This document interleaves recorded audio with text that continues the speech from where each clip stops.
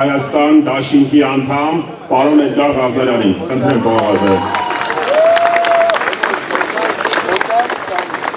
Բարև ձեզ, սիրելի հայրենակիցներ։ Հայաստանի Հանրապետության սահմանադրության մեջ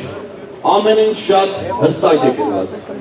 Հայաստանի Հանրապետությունում իշխանությունը պատկանում է ժողովրդին։ Եվ ժողովուրդը իր իշխանությունը իրականացնում է ընտրովի եւ նշանակովի պաշտոնատար անձանց միջոցով, ընտրությունների միջոցով։ Ընտրությունը այն միակ ձևն է, որով ժողովուրդը որոշում է, թե որ ծառայողները պետք է իրացնեն իշխանությունը։ Այն ինչին, որ մենք ականատես ենք եղել մայիս, հունիս ամիսներին, դրանից առաջ ամեն ինչի հետ կապ ունի, բացի ընտրության։ Ընտրական գործընթացի բոլոր փուլերում առանց բացառության տեղի են ունեցել այնպիսի համակարգային, կազմակերպված, պարբերական եւ էական խախտումներ, որոնք թույլ չեն տվել Հայաստանի Հանրապետության ժողովրդին իրականացնել իր իշխանությունը։ Սամվել Կարապետյանը, որը առանցքային ընդդիմադիր քաղաքական ուժերից մեկի առաջնորդն է եւ դա պարզ դարձավ նաեւ ընտրությունների արդյունքում,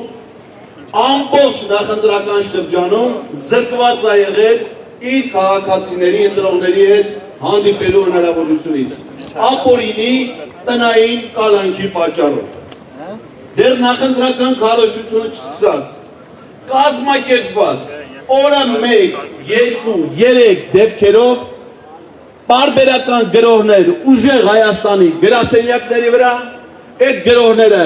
ավարտվել են ձերբակալություններով, համակարգչային տեխնիկայի արգրավումով, խուզարկություններով, հետապնդումներով, դրանք կրել են կանոնավոր բնույթ,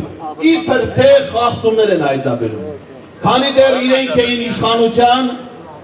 դիմություն, ասում էին, որ դրա խախտումներ անողը իշխանություններն են։ Հիմա իրենք դարել են իշխանություն, ասում են դրա խախտումներ անողները ընդդիմությունն է։ Ընդդիմությունը ոնց կարա դրա խախտումը, դրա խախտումը անում է, եթե պիտի անի իշխանությունը։ Իրանք իշխանության ղեկին բոլոր հնարավոր դրա խախտումները անում են, զորով գնում են, ուզում են ընդդիմության շարքերում դրա խախտումները անողներ ձեռք բերեն։ Սկզբից ամբողջ հարվածը միայն ուժեղ Հայաստանի վրա է։ Հետո երբ Հայաստան դաշինքը նաև ակտիվացրեցին քարոզարշավը, թիրախավորվեցին նաև Հայաստան դաշինքը։ Հետո երբ լսեց, որ պիտի գործառույթի հետ հանդիպի, սկսեցին թիրախավորել նաև Բարգավաճ Հայաստան կուսակցության ներկայացուցիչ։ Հələ նայեք այդ բաների հետ ժամանակագրությունը, հայտարարություն իրենց գործողություններ, հայտարարություն իրենց գործողություններ։ Անհաշվելի քանակով պատգամավորի տեխնացուներ են ձերբակալվել։ Պատգամավորի տեխնացուներն ունեն անձեռնմխելիության իրավունք։ Չի եղել մի դեպք, որ դատախազությունը միշտորդություն ներկայացնի կենտրոնական ընտրական հանձնաժողովին եւ իրենք պաշտպանեն պատգամավորի տեխնացուին, ասեն, այս պահին քրեական հետապնդում մի արեք, ընտրությունը կպրծնի, հետո կանեք, թույլ տվեք, թե այդ մարդիկ գնան իրենց քարոզարշավ անեն։ Նման դեպք չի եղել, որ կենտրոնական ընտրական հանձնաժողովը մերժի դատախազում։ Անհաշիվ ձերբակալված պատգամավորի տեխնացուներ ու հատկապես այս 3 ընդդիմադիր քաղաքական ուժերի։ Ինչ, խո մենք միամիտ չենք, խո մենք երեխա չենք, խո մենք հիմար չենք։ Այս ամեն ինչը մենք շատ լավ տեսնում ու շատ լավ հասկանում ենք։ Եկել է ասել է քվեարկության օրը, տեսեք ինչքան ընտրա խախտումներ։ Տեղամաս չկա, որ բացես, ընդ քվեարկության արդյունքները համապատասխանի առան, շատ քիչ մասնավոր դեպքեր են։ Բայց կենտրոնական ընտրական հանձնաժողով էի, դասընթացներ էի կազմակերպում, որակավորում էի անում, սերտիֆիկատ, բայց ինչի համար էր։ Ասում են ընտրությունների օրը ինտերնետը խափանվել է, թվերը սխալ են եղել։ 12 միլիոն եվրո Եվրոպական միությունից փող էի ստացել դրա էլեկտրոնային համակարգեր ներդնելու համար, բայց ինչի է ծառա է, այսինքն ինչ է ցույց տալի կյանքը։ Այս մարմինը կենտրոնական ընտրական հանձնաժողովը չի կարողացել կազմակերպել այնպիսի գործընթաց, որը կոչվում է ընտրություն։ Դե որպես պետք է կազմակերպի կենտրոնական ընտրական հանձնաժողովի նախագահը սաղ կյանքում եղել է Նիկոլ Փաշինյանի օգնական։ Նա եղել է թերթի խմբագրության լրագրող, նա եղել է ազգային ժողովի պատգամավոր, նա եղել է պատգամավոր Նիկոլ Փաշինյանի օգնական, նա եղել է վարչապետ, սա եղել է պատգամավոր, ինչ իրան ընտրել է կենտրոնական ընտրական հանձնաժողովի նախագահ։ Ու այս ամեն ինչից հետո չեն կարողացել կազմակերպել։ Եվ մենք ունենք շատ տրամաբանական պահանջ, նայեք, BHK-ի մեր գործընկերներն են խոսում։ Նույն կենտրոնական ընտրական հանձնաժողովը արդյունքները ամփոփում է on-line նայում ենք։ Գալիս է մեկ էլ մի պահ ընդամենը 10%-ն են ամփոփել, Փաշինյանն ասում է ես ընտրվել եմ, ինչ շնորհավոր եք։ Դադարեցնում են on-line տվյալների հրապարակումը այդ պահից։ Առավոտից սկսում են շարունակել իր ուզած թվերը ասելով, իրենք են հայտարարել, որ BHK-ն 4%-ի շեմը հաղթահարում է։ Հետո նստում հաշվարկ են անում, ասում են, եթե BHK-ն անցնում է, մանդատները ոնց է բաշխում, իրանք 3/5-ը կորստում են, մանդատներ քիչ է ստանում։ Չէ, չի անցնում BHK-ն։ 3,996 է։ Վերահաշվարկ են անում, տեսնում են, որ չի անցնում, լավ, ուրեմն այս տեղամասի արդյունքները չեղարկում են։ Օրենքն հստակ ասում է, եթե տեղամասի արդյունքները ազդում են ընդհանուր ընտրության արդյունքների վրա, վերաքվեարկությունը պարտադիր իմպերատիվ պահանջ է դատարանել այդ իրավորոշումով ասել։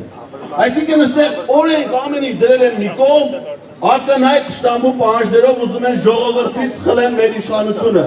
ժողովրդի իշխանությունը, եւ դրա համար էլ ուժեղ Հայաստանի դիմումը կենտրոնական ընտրական հանձնաժողովին վերաբերում է ոչ միայն վերահաշվարկին այն տեղամասերում, որտեղ պետք է դա իրականացվի, այլ ամբողջ Հայաստանում ընտրություն չի եղել, Հայաստանում պետք է նոր ընտրություն։ Սիրելի հայրենակիցներ, ամփոփելով խոսքս մի տեղեկություն եմ ուզում ձեզ ասել։ Հիշում եք մեզ ասում էին սուտ է չափազանցված այդ տեղեկությունները, որ Հայաստան են գալու 300,000 ադրբեջանցիներ, քաղաքական շահարկումներ ժողովրդին են վախեցնում։ Այսօր Հայաստանը ժամանել Ադրբեջանի նախագահի անվտանգության հարցերով խորհրդական Հիկմետ Հաջիևը։ Հայաստանում տեղի ունեցած ընտրություններից հետո սա առաջին պաշտոնական պատվիրակության այցելությունն է Հայաստան։ Առաջի արտասահմանցին, որ ընտրություններից հետո պաշտոնյա, որ եկել է Հայաստան, դա Ադրբեջանի նախագահի անվտանգության հարցերով խորհրդական Հիկմետ Հաջիևն է, որը այս պահին գտնվում է Դիլիջանում։ Իսկ ինչ եք կարծում, դա Նիկոլ Փաշինյանի ասած տուրիստներից, հա? Տուրիստ է եկել Դիլիջան, հանգստի է եկել, ես չեմ կարծում, որ նա հանգստի է եկել որպես տուրիստ, նա եկել է կոնկրետ խնդիրներ քննարկելու, իսկ Հիկմետ Հաջիևը այն պաշտոնյան է, որը ոչ մի քայլ չի կարող անել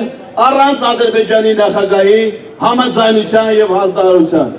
Իլհամ Ալիևը իր առաջին պատվիրակին արդեն գործուղել է Հայաստան, Հայաստանը թրքացնելու եւ այս տարածքի վրա Արևմտյան Ադրբեջանի հանրապետություն ստեղծելու համար։ Եվ դրանց համար անհրաժեշտ այսօր գողանալ եւ զավթել մեր ժողովրդի իշխանությունը։ Հայրենիքի գողերը շարունակում են մնալ որպես իշխանության գողեր եւ հայ ժողովուրդը դա ոչ մի բանակայում չպետք է թույլ տա։